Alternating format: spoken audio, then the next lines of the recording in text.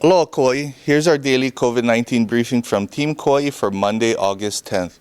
The Department of Health reports one new case of COVID-19 on Kauai. This is in addition to the case reported yesterday, bringing our total number of cases to date to 49.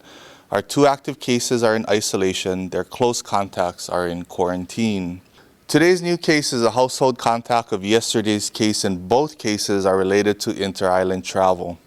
With cases continuing to rise on Oahu, inter-island travel has become an increasingly risky activity. Therefore, effective tomorrow, all travelers arriving on Kauai will be subject to a 14-day quarantine. All residents, visitors, mainland and inter-island travelers are subject to the mandatory quarantine with very limited exceptions, but we will talk more about that in a minute. First, we have asked our Kauai District Health Officer, Dr. Janet Berriman, to tell us a little more about our current COVID situation here on Kauai. Mahalo, Mayor. We're discouraging all non-essential travel off of Kauai, as you know. Oahu currently poses the biggest threat to Hawaii residents traveling inter-island, and travel to other neighbor islands often involves transiting through Oahu and interacting with residents and visitors from Oahu. Therefore, any inter-island travel poses an increased risk of exposure. Please travel only for essential purposes. This is not the time for recreational travel. Of the 2 cases announced yesterday here on Kauai, yesterday and today, both are travel-related, who appear to have been infected while on another island. Neither of them traveled while they were sick. The first case was identified during a healthcare visit, and the second case was identified through our contact tracing. Both are adults, and both are in isolation. Although they are sick, they are not in the hospital. Our public health staff are in contact with them every day to be sure their needs are met while they are ill and in isolation. Our health department staff has interviewed these 2 individuals, and we've identified others with whom they might have interacted during their infectious period. This is our contact tracing. During the investigation, our staff assesses how much contact others have had with the cases.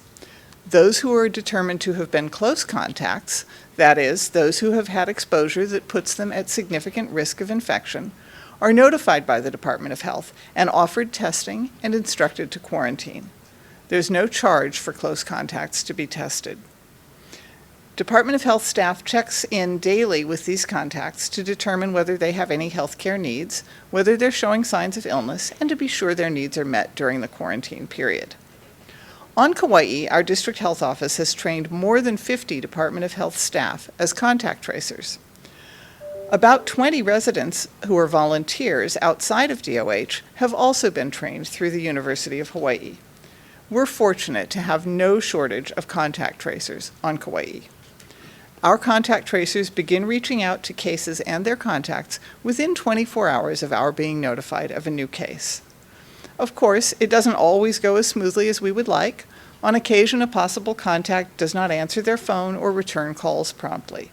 This can delay our investigation. Sometimes one contact will identify another one.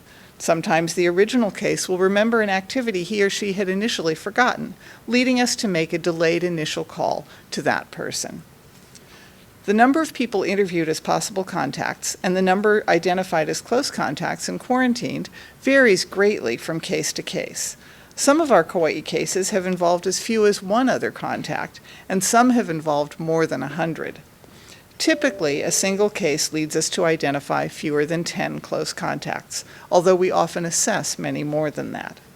The current cases have led us to fewer than a dozen close contacts, and those close contacts are in quarantine.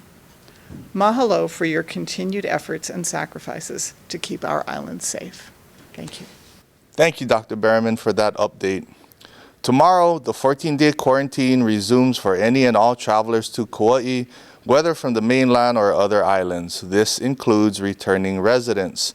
There are very limited exceptions available, including people who must travel for medical reasons or who have critical infrastructure jobs.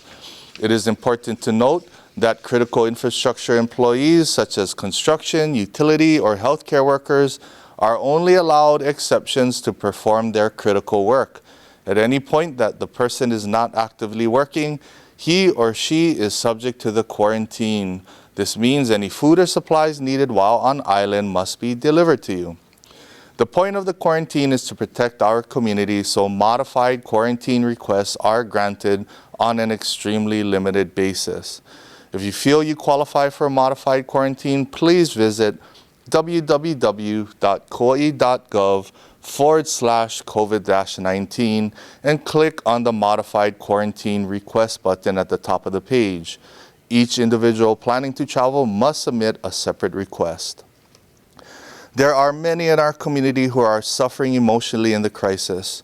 To help respond, the Department of Health, in partnership with the University of Hawaii at Manoa Myron B. Thompson School of Social Work, has expanded its hotline for crisis support.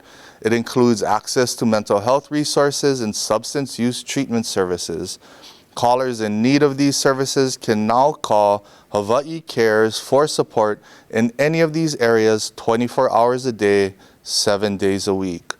The initiative combines services provided by the Crisis Line of Hawaii, which offers crisis support to individuals experiencing a mental health crisis, and Hawaii Cares, which addresses gaps in substance use treatment services. When you call, you'll be connected to a local crisis counselor who will ask about you, what your needs are, and how they can help. To access services through Hawaii Cares, call 1-800-753-6879. That's the same number previously used by Crisis Line of Hawaii.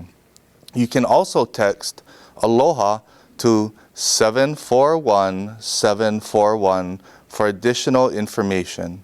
See manoa.hawaii.edu/cares. Child and Family Service, along with community partners, will provide food, supplies, and support services to Kauai families in need from 9 a.m. to noon on August 15th in Lihue. The goal of this Festival of Hope for Families is to provide a fun, drive-through event for families impacted by COVID-19.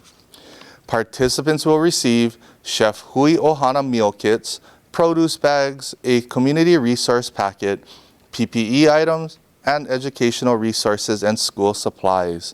They will also receive a CFS Family Lokahi kit, which includes fun activities and family resources. CFS staff will be on site to provide advice and education resources. This event is free to families in need. However, you must register in advance for this event. To register, visit childandfamilyservice.org/festival or call 808-821-2520. We want to thank everyone involved in this effort. It's a long list and it reinforces our community's resilience and care for one another. Finally, I would like to thank everyone who voted in the primary election on Saturday. With the new all mail-in voting system, 22,407 people cast their ballots. That was 49.6% of the registered voters. Only 404 people voted in person at the Voter Service Center, meaning that more than 22,000 people took advantage of their mailed ballots. And since primary turnouts are generally lower than general election turnouts, we're looking forward to a big increase in voting in the general. Thank you for voting. As our numbers continue to rise across the state, we thank you for being responsible when you leave your home and engage with others. We each have a role to play in mitigating the spread of COVID-19 on our island. That means stay home as much as possible. Refrain from social gatherings or public outings. If you must interact with people outside of your home, maintain a distance of 6 feet of separation and wear a mask, if at all possible for you to do so. Remember, my mask protects you and your mask protects me. It's a sign of respect and aloha. Do not leave home if you are sick unless you're seeking medical attention, and then only after calling your doctor first. Wash your hands frequently and clean surfaces often. Stay informed and connected during this time of social distancing. We'll continue to post updates on our official County of Kauai Facebook page or on our Kauai Emergency Management Agency page at www.kauai.gov/COVID-19. The Centers for Disease Control is also updating its website regularly. For more information, please visit coronavirus.gov. Not everyone has internet access or follows the news, so please help to keep your loved ones informed. Be kind, take care of one another, God bless, and aloha.